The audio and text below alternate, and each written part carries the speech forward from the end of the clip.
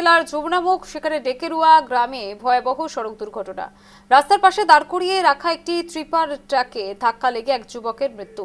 এই ঘটনায় আরও একজন গুরুতর আহত হয়ে চিকিৎসাধীন রয়েছেন। ডেকেরুয়া পাকা সেতুর কাছে রাস্তার পাশে দাঁড় করিয়ে রাখা ট্রাকের পিছনে সজোরে ধাক্কা মারে। দুর্ঘটনায় ডেকেরুয়া গ্রামের বাসিন্দা ছবির আহমেদ নামে এক যুবকের ঘটনাস্থলেই মৃত্যু হয়। খবর পেয়ে যমুনামুখ পুলিশ ঘটনাস্থলে পৌঁছিয়ে তদন্ত শুরু করেছে। ট্রাকে ধাক্কা লেগে এক যুবকের মৃত্যু, ঘটনাস্থলে পৌঁছিয়ে তদন্ত শুরু করেছে পুলিশ। একই ঘটনায় আরও একজন গুরুতর আহত।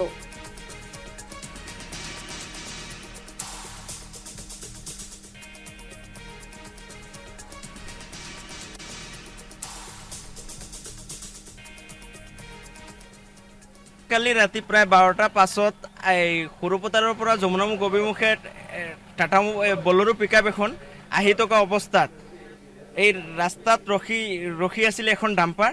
এই ডাম্পাৰৰ পিছফালে মাৰি এজন মানুহ বৰ্তমান ডেড হৈছে। ডক্টৰে ঘোষণা কৰিছে এজন ডেড আৰু এজন এতিয়াও GMCত ৰেফাৰ কৰিছে নগৰৰ পৰা। হা